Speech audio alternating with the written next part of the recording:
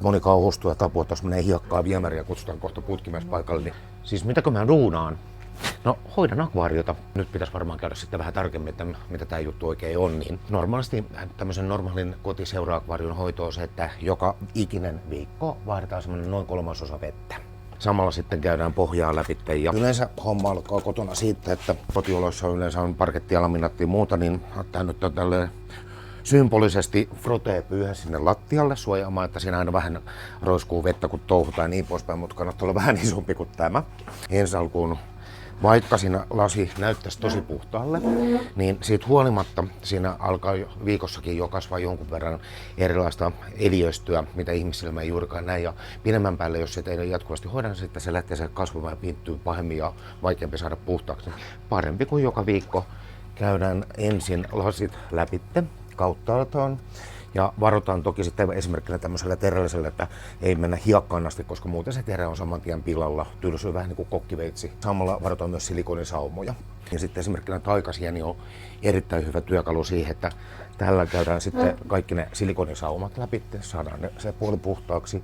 Ja samalla sitten esimerkkinä hiekkaan voidaan tehdä tämmöinen pieni ura ja sitten saadaan käytyä se lasi sitten hiekan rajapinnasta läpi ja samalla varotaan, että sitten narmutetaan lasia, että jos sitä hiekkaa on tällä välissä ja väännetään, niin se on sitten saman tien narmuja, eli sitä pitää varoa.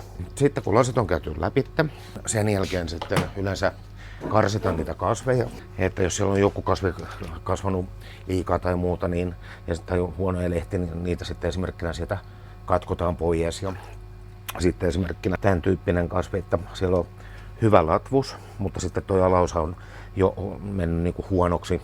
Ne huonot alaosat katkaistaan ja sitten hyvä latvus viedään uudestaan ja tehdään nippuna sinne pohjalle.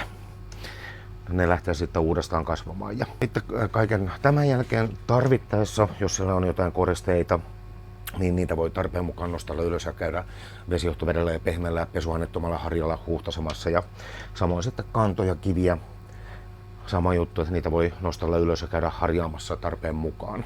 Sen jälkeen sitten niin alkaa se varsinainen vedenvaihto ja siihen on nyt sitten monia tapoja, että tämä mitä mä äsken tuossa tein, niin meillä on tämmöinen pitkä letku ja siihen sitten saadaan imu sillä, että mä pidän sitä vähän aikaa tuossa suorittimen ulostulon puolen päällä, niin vesi lähtee sieltä menemään noin.